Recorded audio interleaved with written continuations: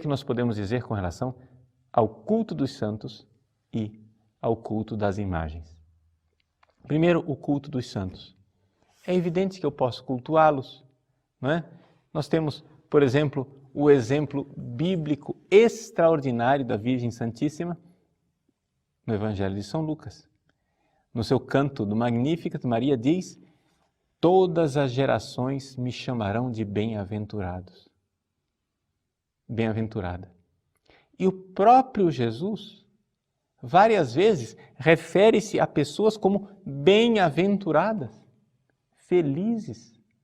Ele está louvando essas pessoas. Ele está dizendo concretamente, veja, é isso mesmo. E o que ele está fazendo? Está dizendo, veja a ação de Deus nestas criaturas. Criaturas que Deus está usando, onde Deus está agindo. Estes são os santos. Quando nós católicos veneramos um santo, nós estamos dizendo o seguinte: vejam como Deus é grandioso usando seres humanos.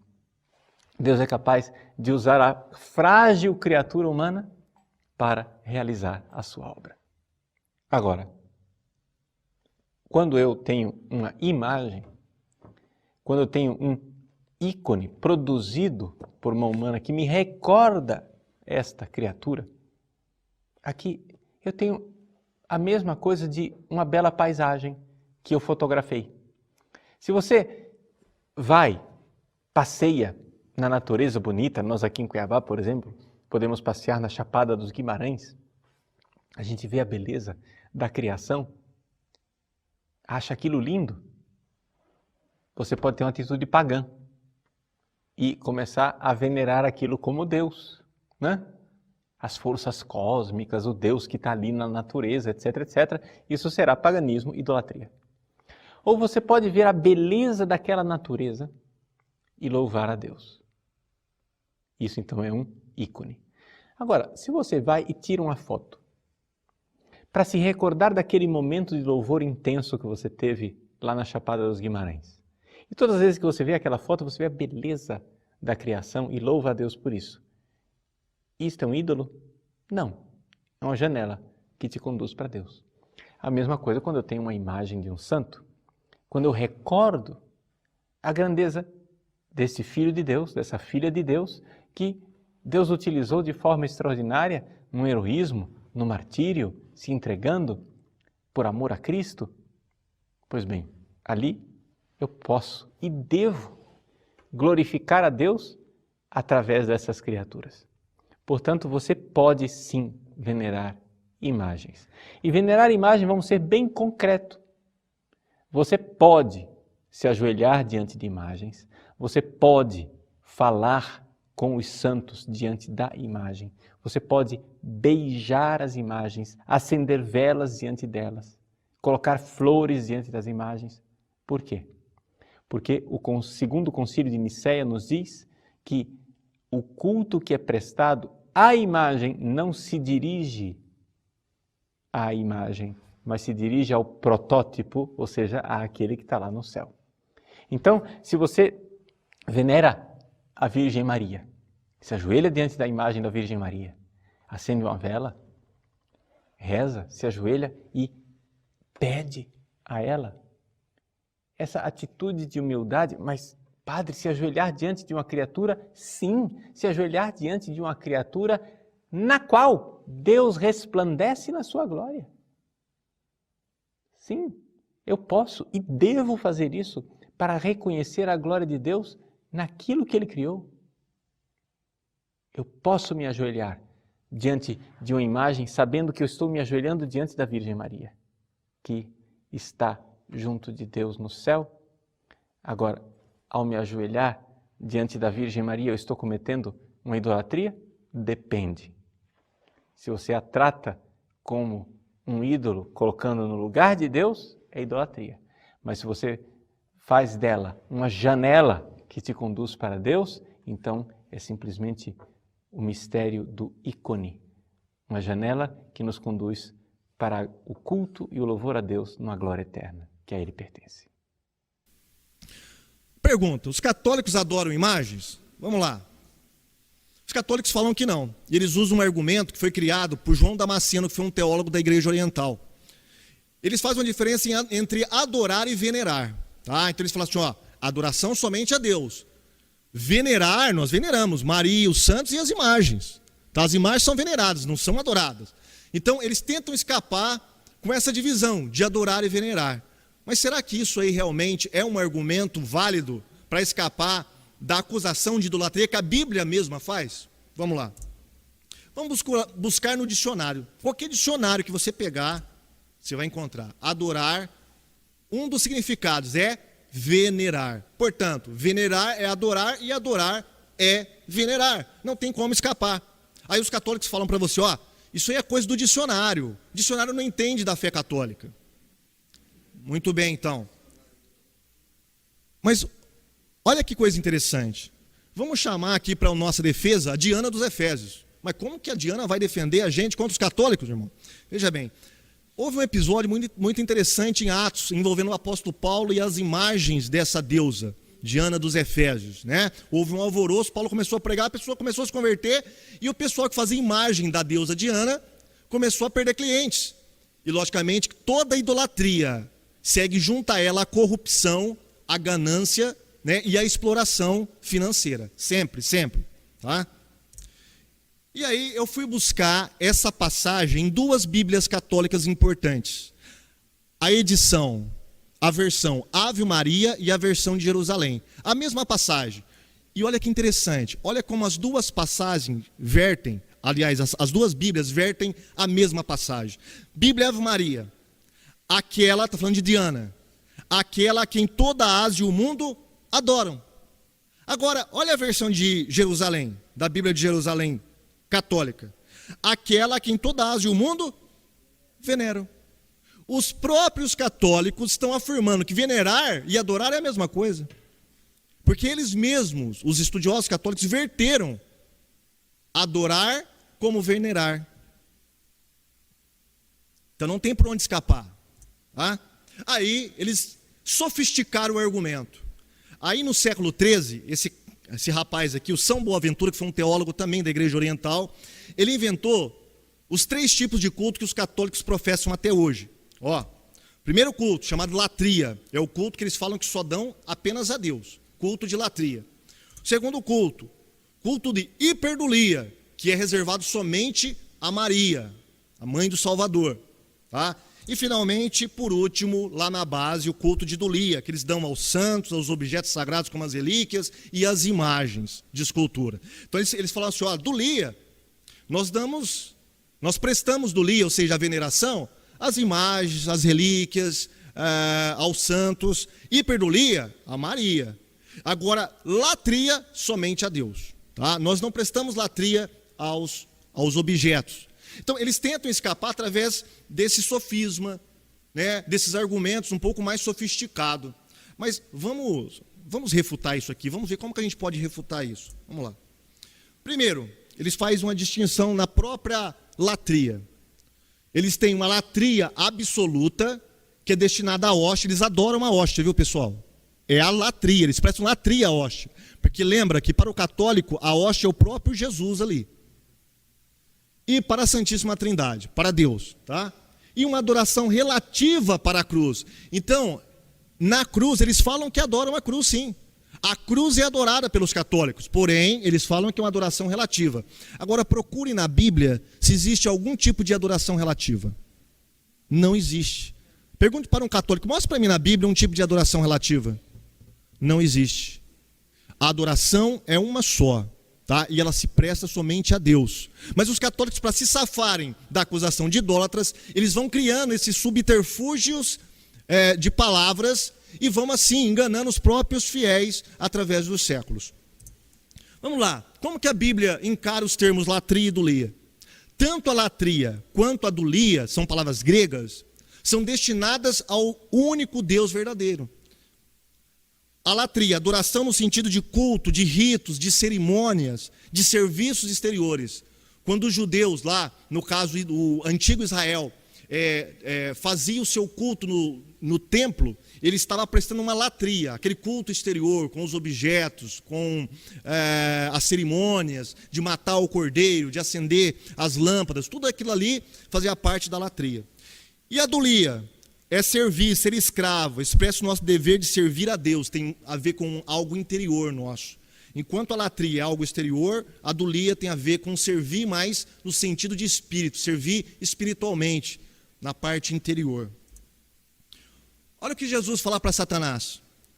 Então ordenou-lhe, vai-te Satanás, porque está escrito, ao Senhor teu Deus adorarás, é uma outra palavra para adorar, é prosknel, e só a ele servirás, latreia. Tanto a adoração de prosknel, quanto a de latreia, é dada somente a Deus, Jesus está falando aqui, somente a Ele. Aí Paulo, em 1 Tessalonicenses, ele falando aos Tessalonicenses, ele diz, como vos converteste dos ídolos a Deus para servirdes dulia ao Deus vivo e verdadeiro. Então, tanto dulia quanto a latria é dado somente a Deus, nunca a homem, nunca a objeto, nunca a algum ser fora de Deus. Agora, os católicos falam que pega a dulia e destina aos santos e às suas imagens, aos seus objetos. A Bíblia fala que a dulia, esse culto exterior que nós servimos, é somente a Deus. E a latria também é somente a Deus, como Jesus ensinou aqui. Somente ao Senhor servirá Satanás. Somente a Ele. Agora uma coisa interessante. Nessa tríplice divisão, nós não falamos de uma hiperdulia? Opa, peraí um pouquinho, a Bíblia não fala de hiperdulia. Os católicos inventaram essa palavra, hiperdulia. Se você for procurar no dicionário, a palavra hiper significa excesso, além, algo para mais. E olha que interessante, enquanto o próprio Deus, ele pede apenas uma dulia, os católicos dão a Maria uma hiperdulia, que nem o próprio Deus pede.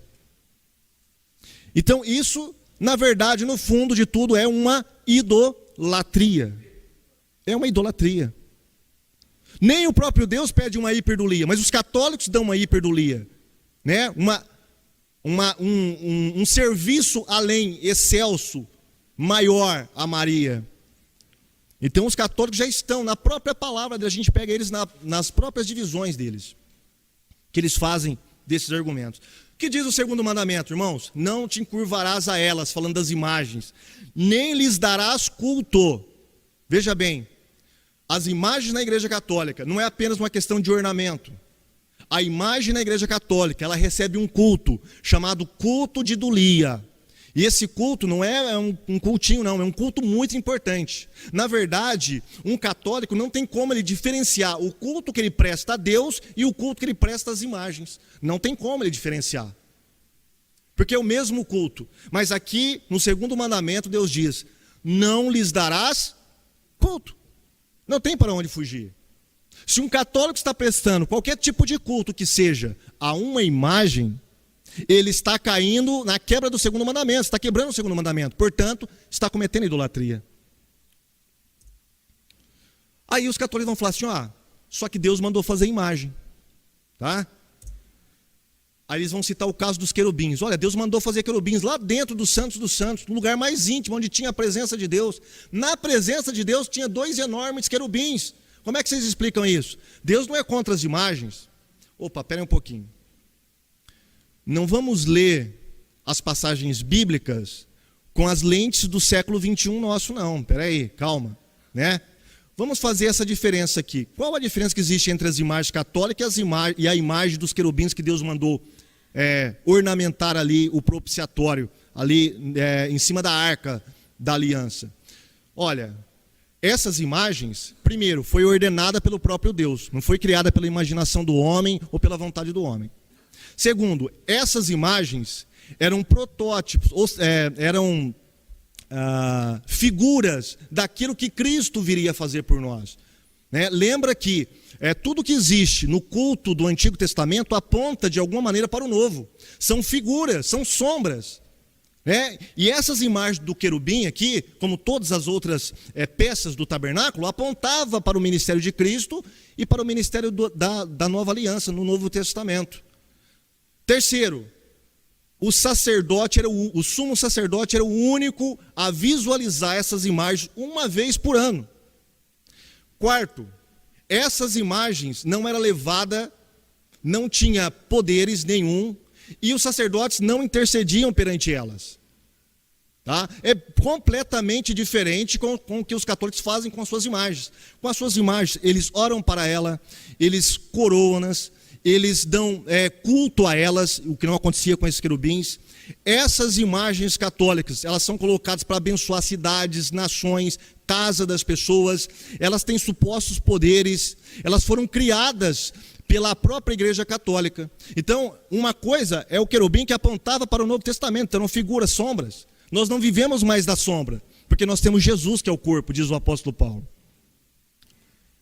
Portanto, esse argumento, ele é frágil. Aí eles vão citar para você também o caso da serpente de bronze. Olha, Deus mandou fazer uma serpente de bronze e os judeus que olhassem para a serpente seriam curados das picadas das cobras. E aí, como é que você me explica? Eu te explico com uma passagem que o rei manda quebrar essa própria imagem. Porque essa imagem tinha se tornado em idolatria. O povo estava começando a chamar ela de Neustã, né? A grande coisa, a grande figura, o grande poder, né? Neustã. Então, quando o povo começou a olhar com olhos de superstição para a imagem, o rei falou assim, quebra essa porcaria aqui. Isso aqui não serve mais para nada, tá? Essa imagem da serpente é uma imagem que é uma figura também. É uma figura de quem? De Cristo. Ela vai apontar para Jesus, aquele que seria erguido na cruz e iria atrair todos a ele. É bem claro, é uma figura, uma sombra. Espera um pouquinho, Jesus já veio, então vamos acabar com a sombra, deixa a sombra de lado, para que eu vou ficar olhando e confeccionando sombras? Mas os católicos olham para trás ainda, eles estão baseados nas sombras, eles não entendem a realidade do Novo Testamento. As imagens são como fotografias, eles vão falar para você, olha, nós não adoramos imagens, as imagens são como fotografias dos nossos entes queridos. Você rasga a imagem do seu filho, da sua mãe, que já faleceu, do seu bisavô, você comete isso aí na sua casa? E eu digo para eles, não faço. Como eu também não faço, me dobrar perante a fotografia do meu pai, da minha mãe, do meu avô, da minha avó. Eu não acendo velas para ela, eu não levo ela em procissão, eu não coroo ela, tá? Eu não borrifo água benta sobre ela, eu não acredito que ela tenha algum poder. Mas tudo isso vocês fazem com a imagem católica. Então, o argumento da fotografia é fraco. Aliás, é inapropriado, porque é mentiroso. Uma coisa é você ter uma fotografia de um ente querido. Outra coisa é você transformar ela em uma imagem e dar um culto a ela. Se você estiver dando um culto à fotografia de algum ente querido seu, você está se portando como idólatra. Aí sim você caiu na quebra do segundo mandamento. O vocabulário de teologia católica, esse livro que vocês estão vendo aí, diz assim, olha, como que eu vou saber o que é adoração? Aí eles mesmos vão responder para nós, olha.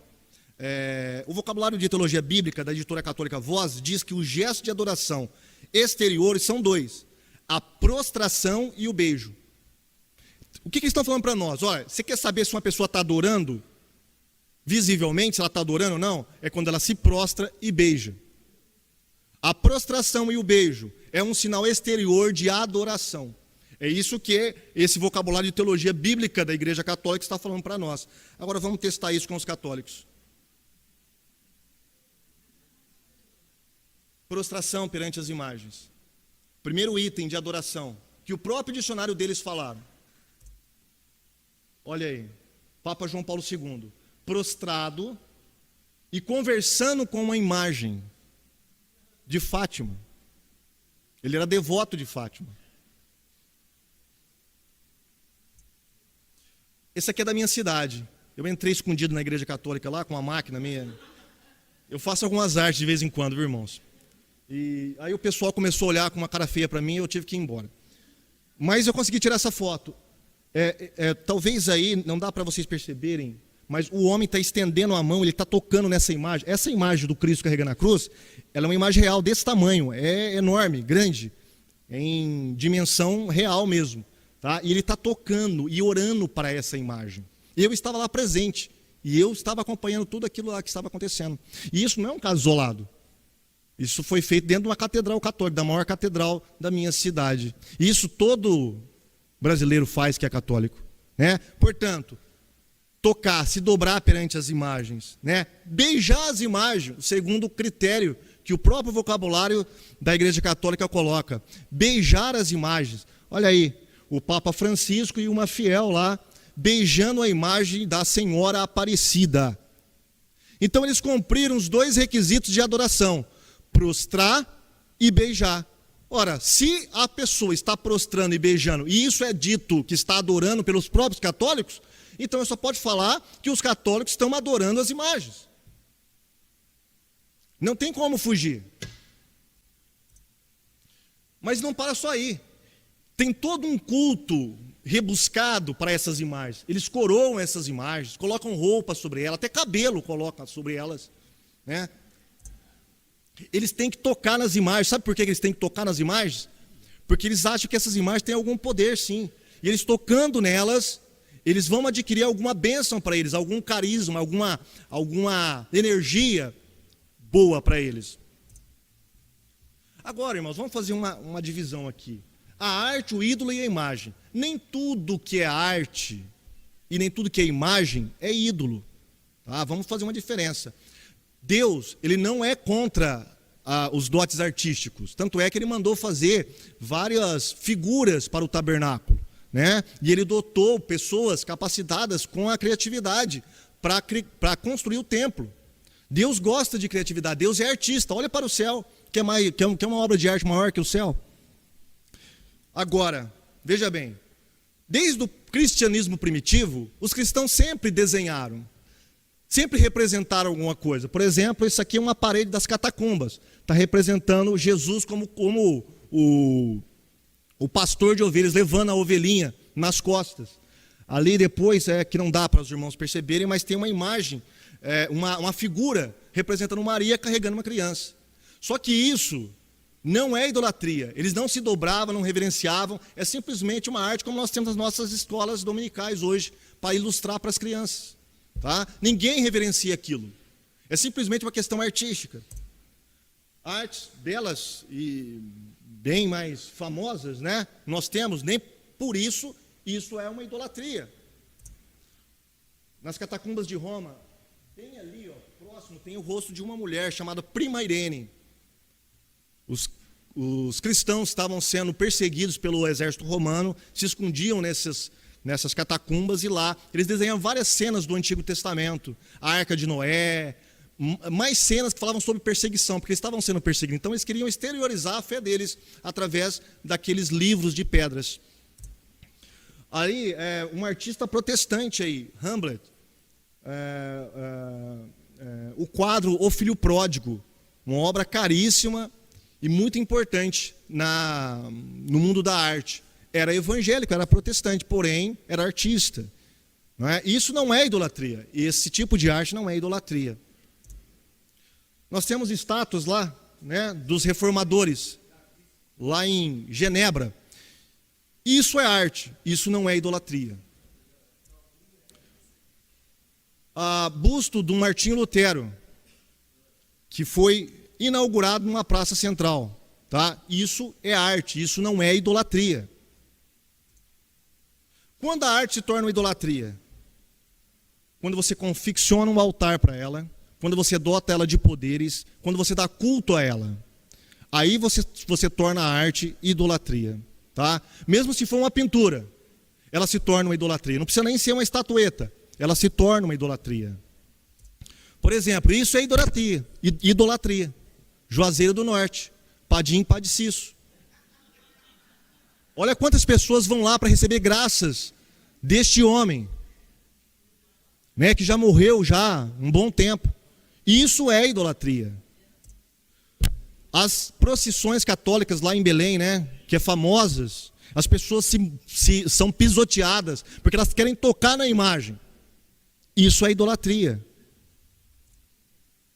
Olha o que o Mackenzie, esse biblista católico, fala. No Egito, em Babilônia, a imagem era levada em procissão nos dias festivos. Em Babilônia, era levada como hóspede aos templos de outros deuses, cujas festividades eram celebradas. Isso tudo, entretanto, não era idolatria no sentido rude do termo. Olha que interessante. Os pagãos adoravam o Deus, cuja imagem era a contraparte terrestre. Não adoravam a imagem em si. Visto, porém, que os hebreus negavam qualquer realidade por trás da imagem, o culto teria recaído sobre a própria imagem, pois nenhuma outra coisa teria podido recebê-lo. O que ele está falando aqui? Nem os pagãos do Antigo Testamento admitiam que adorava imagem. Nem eles admitiam. Sabe o que eles falavam? Olha, nós não estamos adorando imagem, nós estamos adorando a divindade por trás da imagem. O mesmo argumento usado no catecismo católico até hoje. Aí o próprio escritor católico fala, olha, só que os judeus, sabendo que por trás daquela imagem não tinha nenhum Deus, nenhum ser, não existia. Os deuses eram mentiras. A adoração que essas pessoas prestavam recaía sobre a própria imagem. Então eles eram acusados de idolatria de fato, mesmo negando. E é o que acontece hoje dentro da Igreja Católica. E aí, procissão de uma imagem de Buda. Não é? Mas pergunta para um budista, você adora a imagem de Buda? Nenhum dele vai falar que adora a imagem. Nenhum. Nenhum vai falar que está cometendo idolatria. Aí, o altar de Buda, com as imagens de Buda, as imagens do hinduísmo, né? Lá na Índia, vários tipos de imagens. Iemanjá, aqui no Brasil, também tem a sua imagem, onde os espíritas, né, desta religião, eles prestam a sua homenagem, o seu culto a Iemanjá. Agora pergunto, eles estão cometendo idolatria? Então, mas pergunta para eles se eles estão adorando a imagem de Iemanjá. Há uma imagem budista. Aqui nós temos alguns budistas com várias imagens de Buda lá atrás. É que os irmãos não estão conseguindo ver aí. Mas olha que interessante. Olha o que eles responderam nesse site budista aqui, olha. A respeito se os budistas adoram imagem. Não. As imagens budistas representam o estado iluminado do Buda. As escrituras representam os seus ensinamentos. E os templos e praticantes representam a comunidade budista. Estas representações simbólicas servem de foco para a gratidão dos praticantes. As 3 joias. Os gestos, reverências, oferendas e recitações não são direcionados aos objetos em si, mas sim para o que eles representam. Irmãos, nenhum pagão vai admitir que adora imagem. E não adianta os católicos vier com o mesmo argumento, porque eles estão repetindo os mesmos argumentos que os pagãos usam para defender a sua idolatria. É o mesmo argumento. Os messiânicos, né, aquela seita messiânica, né, Igreja Messiânica Mundial. O Mokichi Okada escreveu em um livro a seguinte coisa: esse objeto aqui é a imagem da luz divina. Em cada templo, um adepto da Igreja Messiânica tem que chegar e se dobrar perante esse quadro. Mas olha o que eles dizem, olha. Não prestamos culto à imagem da luz divina, mas a Deus, através dessa imagem. O mesmo argumento do catecismo católico. Sua luz ali se focaliza e se intensifica cada vez que oramos perante ela. Quer dizer, cada vez que você ora, a luz começa a iluminar cada vez mais. Mas isso não é idolatria. Não é idolatria. O Concílio de Trento. Eu só vou ler a parte que está em negrito. A veneração tributada às imagens se refere aos protótipos que elas representam. De sorte que nas imagens que osculamos, ou seja, beijamos, e diante das quais nos descobrimos e ajoelhamos, adoramos a Cristo e veneramos os santos representados nas imagens. Mesmo argumento que os pagãos usaram. Nesse livro eu vou citar vários debates de pais da igreja com os pagãos e vários argumentos que os pagãos usavam e que os católicos usam hoje para defender o uso das imagens. Os católicos são idólatras? Eu só vou ler a parte em negrito que o Mackenzie fala aí. Nós vamos retomar isso aí. Portanto, os pagãos eram verdadeiros adoradores de ídolos, também se não sabiam de o ser. Muito bem, irmãos. Não tem como fugir. A Bíblia é clara. Se você não seguir as escrituras sagradas, sola a escritura. Esse foi o lema da reforma. Voltar às escrituras sagradas. Se você não voltar às escrituras, você vai perder o foco. E as escrituras nos dizem que nós devemos adorar o Senhor em espírito e em verdade. Não cabe aqui a mim falar sobre a idolatria que está surgindo dentro da igreja evangélica hoje. Porque nós temos os nossos ídolos também.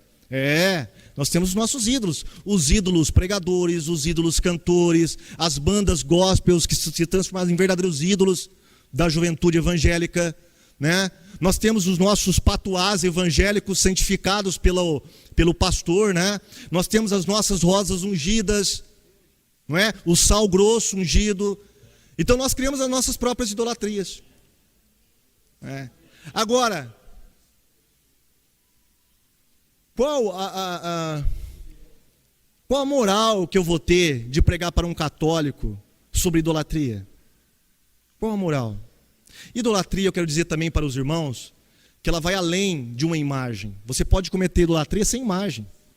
Tá? Quando você coloca algo na frente do Senhor, ou além do Senhor, é uma idolatria. E os católicos falam assim, olha, por que nós católicos não cometemos idolatria? Porque nós não colocamos Maria e os santos acima de Deus. Mas espera aí um pouquinho, essa verdade é parcial. Não é só uma coisa que você coloca acima de Deus que se torna idolatria. Quando você coloca uma coisa igual a Deus, também é idolatria.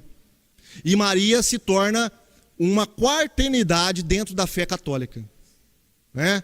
Muitos católicos, eles têm medo de ir a Jesus, primeiro vai a Maria. Então Maria, ela tem uma autoridade praticamente igual a de Jesus dentro da igreja católica. Em alguns lugares até mais. Tá? Então isso é, no termo mesmo da palavra, idolatria. Os católicos adoram as suas imagens, mesmo que não sabem que fazem isso, como diz o próprio biblista católico aqui, interpretando lá o Antigo Testamento. Amém? Deus abençoe a todos, em nome de Jesus.